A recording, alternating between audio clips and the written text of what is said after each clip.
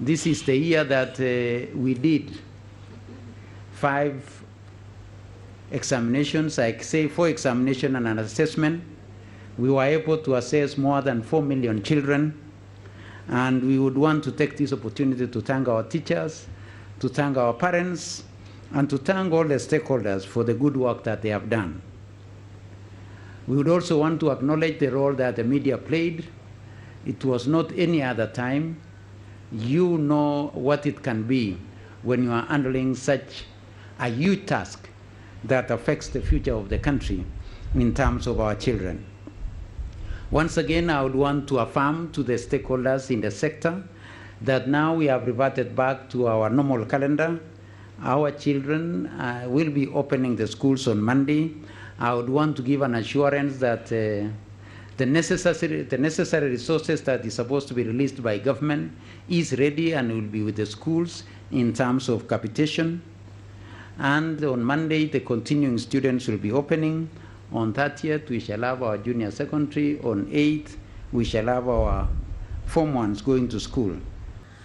As a country, we really need to come out very clearly on where we are going to place each and every person who has done an exam. Now we'll get the A students, we'll get the B student, we'll get the E student. All these students are going to have a place. And I want to say that this is the time when we will need to look into other areas, more so the areas of TVET. And I know the PS is here. Majority of us, we need to tell these students that they have a place to go. And now, as a country, we are moving into CBC. CBC, as you all know, is competency-based.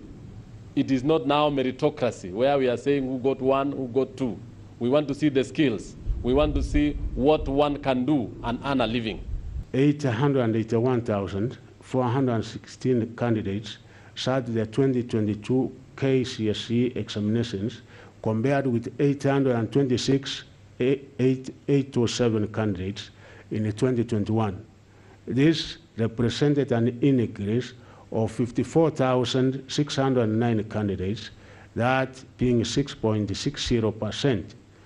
Of the total number of candidates that sat the 2022 KCSE examination, 443,644 were male, while 437,772 were female, representing 50.33% and 49.69% of the total candidature, respectively.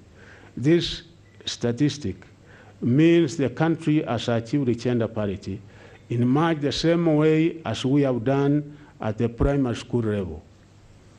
14 counties had more male than female candidates in the 2022 KCSE examination, compared to 17 counties in 2021.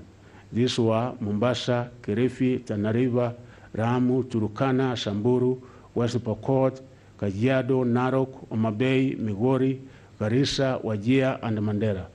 17 counties with high gender disparity in favor of female candidates during the 2022 KCSE examinations included Kirinyaga, Kiambu, Kitui, Meru, Tharaka Nithi, Vihiga, and Kisumu.